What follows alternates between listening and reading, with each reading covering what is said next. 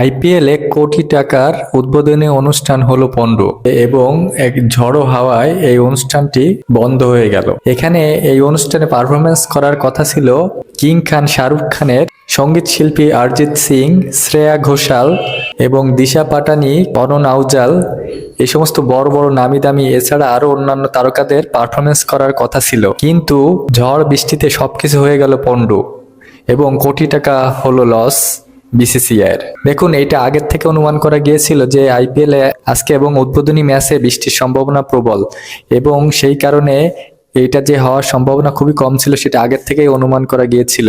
কিন্তু তারপরেও দর্শকরা আশায় ছিল যে কোনোভাবে যদি অনুষ্ঠানটা হয় তাহলে তাদেরকে সরাসরি দেখার যে একটা সুযোগ, সেই সুযোগটা হাতছাড়া করবে না, এবং যে উদযাপন এবং যে আইপিএল বরাবরই উদ্বোধনী অনুষ্ঠান অনেক জাঁকজমকপূর্ণ করে এবং এই জাঁকজমকপূর্ণর কোনো কমতি রাখেন না।